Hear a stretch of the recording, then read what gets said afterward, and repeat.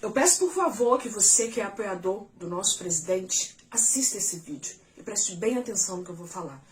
No ano de 2018, eu entrei no contexto político como uma mãe de uma criança com autismo, pleiteando essa causa. Muitas pessoas me hostilizaram, muitas pessoas disseram que o nosso presidente não teria sensibilidade suficiente com a pauta das pessoas PCDs, pessoas com autismo ou com outras deficiências. Eu fui extremamente hostilizada, inclusive, por profissionais da área de saúde e educação. Me xingaram dos nomes mais terríveis do mundo, mas eu não me deixei intimidar. Fiquei triste, mas não deixei me intimidar. E agora eu peço que você assista esse vídeo do Pedro Guimarães, da Caixa Econômica. É um orgulho para nós. Eu sempre acreditei, eu nunca desisti. Essa foto que eu vou mostrar para vocês mostra o início de todas as coisas, de toda a luta. Eu sempre acreditei e eu sabia que isso iria acontecer. É muito difícil e muito emocionante ao mesmo tempo estar aqui quando a gente percebe, né, um governo tão diferente. Eu sou um exemplo disso. Passei minha vida, depois que meu pai faleceu de AIDS, precisando de cheque especial, quase perdendo a casa, financiada pelo BNH, sem dinheiro.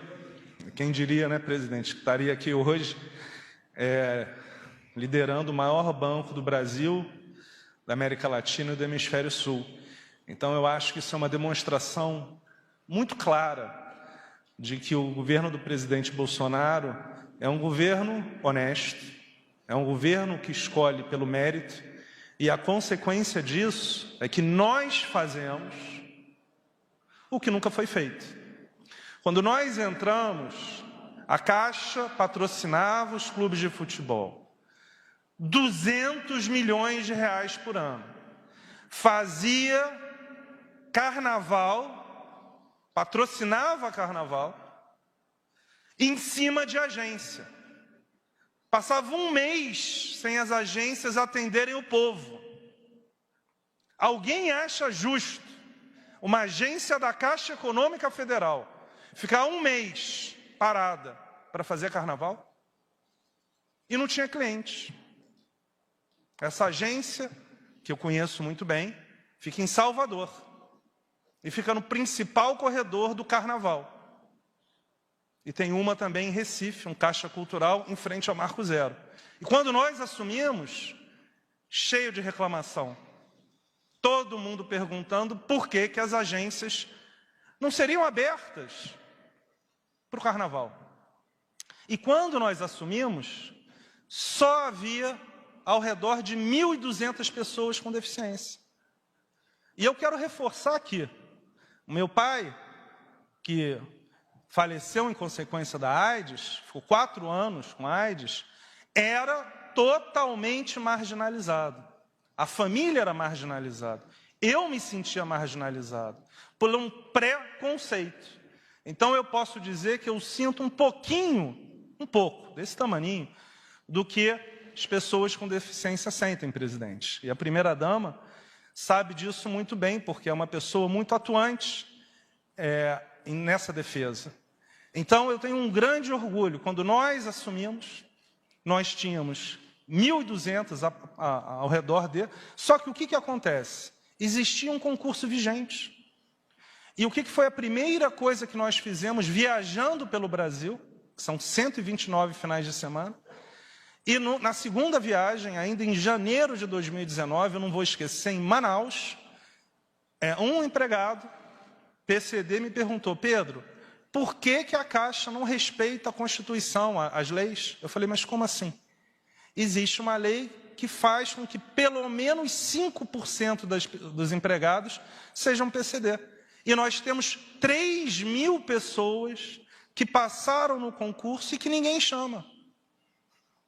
Em uma semana, os executivos da Caixa aprovaram e nós fizemos o maior chamamento de pessoas com deficiência da história do Brasil, da América do Sul, da América Latina, do Hemisfério Sul e, até onde eu saiba, do mundo. Isso não é nada que a gente tenha que ter feito.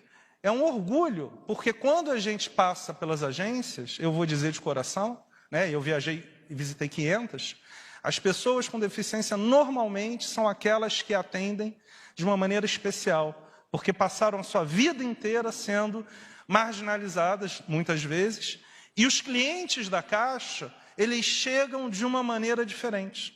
Vários de vocês, o presidente já teve, a primeira-dama, lá em Breves, na Ilha de Marajó, são normalmente aqueles clientes mais sensíveis. Muitas vezes que não sabem ler nem escrever, que chegam de chinelo, de uma camisa muitas vezes maltratada, e não se sentem bem em outras agências. Então eu posso dizer de coração, hoje é um dia de muito orgulho. Nós já fizemos esse primeiro chamamento em 2019 e acabamos de chamar mais de 992, ou seja, 1.000, dos quais 700 já começaram a trabalhar. Então, presidente, hoje, na verdade, até pela agenda do senhor, a gente está fazendo...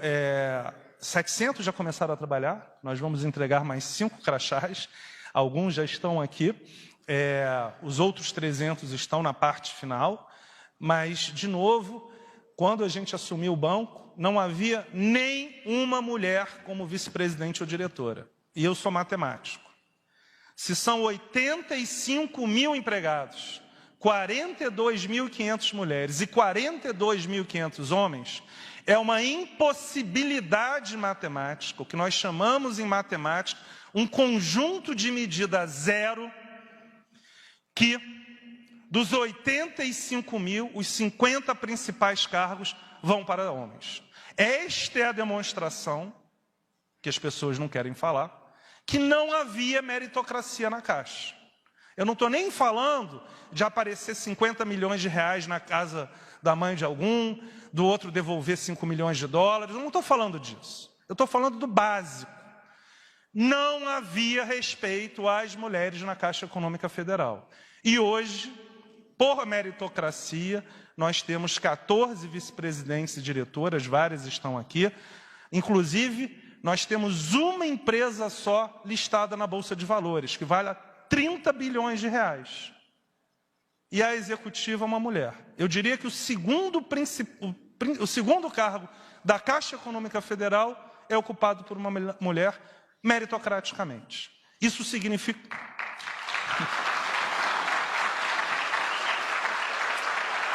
Então, eu diria, acho que agora, para finalizar, falo muito, mas assim, aqui vai para... Presidente, aqui nós temos basicamente, todos são da Caixa Econômica Federal, né? A gente vê pelo crachá. Cadê o crachá? Aqui todo mundo... Aqui tem alguém da Caixa? Cadê o crachá? Acho que é basicamente Caixa. E... Quando a gente assumiu, presidente, o pessoal não usava o crachá. Não usava. Hoje, eu vejo, sem eu precisar falar, todo mundo usa. Porque nós temos o orgulho de ser o banco de todos os brasileiros. Quando nós assumimos, vocês todos faziam história pelo Brasil. Porque quando as pessoas precisavam receber o Auxílio Brasil, que na época era o Bolsa Família, o Auxílio Brasil é um programa melhorado, era na Caixa. Quando se precisava do Casa Verde e Amarela, que tinha outro nome, era na Caixa. Quando se precisava ajudar a população mais carente, era na Caixa. Só que a gente não tinha o reconhecimento que tem hoje. E eu tenho uma dívida eterna com vocês todos, porque eu me transformei. Eu aprendi demais nesses 3 anos, e sem dúvida nenhuma, minha vida é antes da Caixa e depois da Caixa, porque eu também sou Pedro da Caixa. O nosso sobrenome, ele muda, presidente. A gente passa a ser reconhecido como o Jair da Caixa.